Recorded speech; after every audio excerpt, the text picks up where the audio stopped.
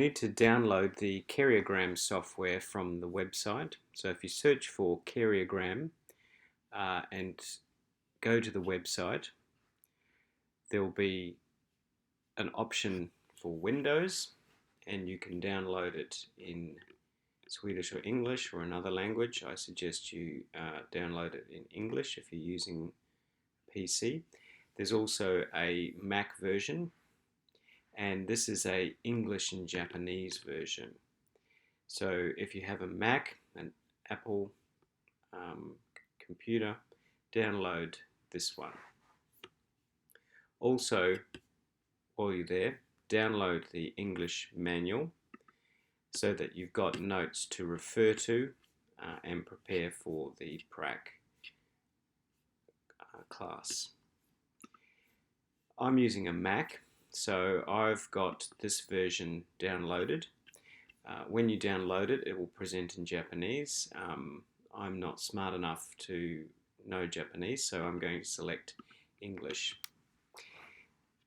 And this is how the format will appear, pretty much regardless of which version you're using. So you need to insert name here. So this will be the name of the patient.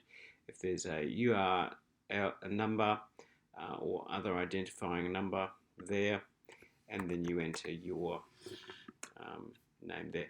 You can also enter notes to the side here for your reference as well.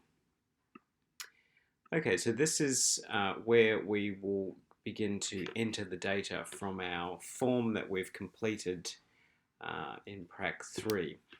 Now, just to let you know, if you're uncertain about what these things are, just hover the mouse over the top of the area and it will there'll be a little pop-up to tell you what it is. The same thing will happen here, and it will also give you the scoring criteria. I'd like you to use the scoring criteria on your synthesis sheet that you've entered the data into in hard copy.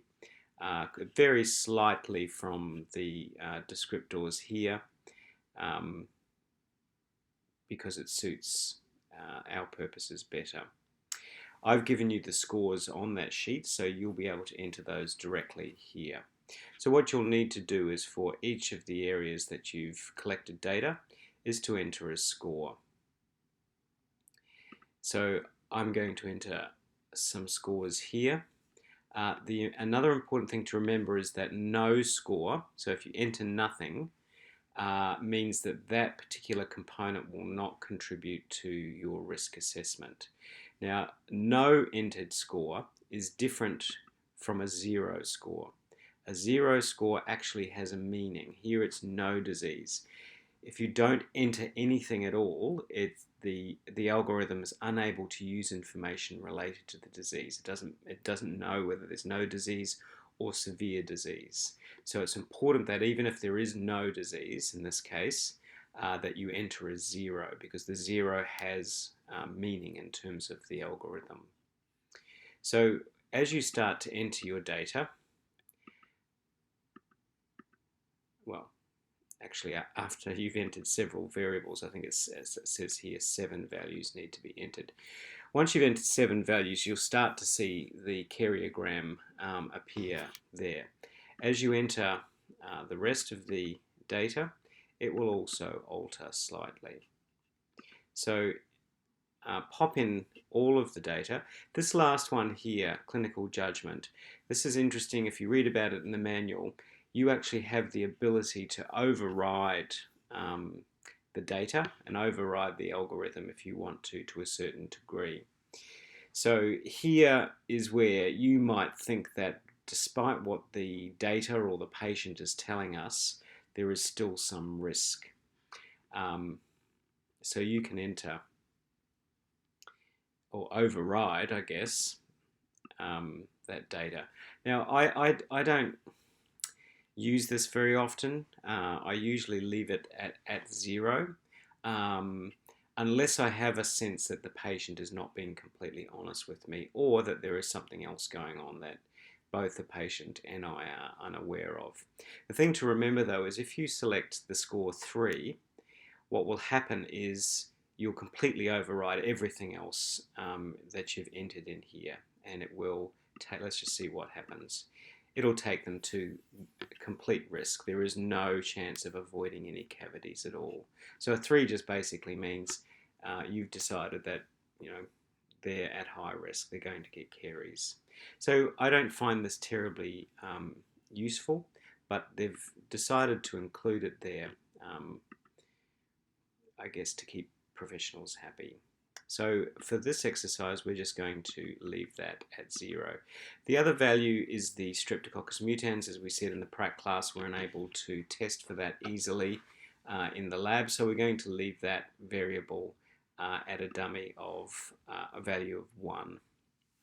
So enter your data in here, and then you'll get your chance of avoiding cavities. So for this particular risk profile, this patient has a lower risk, so only 25% chance of developing cavities.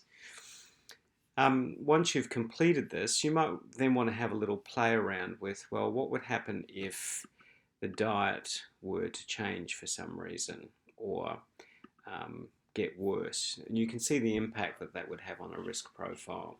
You can also use this pictorially to show the patient what would happen if their diet was an issue. What would happen in terms of their risk if you were to make some modifications to the diet and therefore improve the score? And they can see, just as you do before you, that things could change quite radically based on changes they could make. So it's a motivational tool as well. So once you've completed your karyogram, you can save that to your desktop or to a USB as a PNG file. Or yes, it's a PNG. I think it'll save that. Now you'll need to do that and print that out and hand that in to us as evidence that you've completed the prac series. Now the other thing, just before I leave this, the other thing that's quite helpful with this program is that once you've generated the patient's risk profile here, you can actually click the Advice button, and it actually starts to give you some words which you can use in a discussion with the patient, or you could actually print this out for the patient to take home themselves. But remember, this is a mathematical algorithm. It is a machine that responds to the data that has been entered. So the data has actually got to be valid because, like any analyses, if you've got rubbish data going in, you'll get rubbish results coming out. So it's important that, although you can use this advice printed out for the patient to take home, that you read through it as well, and that you're able to qualify some of the statements or add to it. So what I'd like you to do at the end of the pracs is to save and print off a copy of your risk profile and also the advice that goes along with it.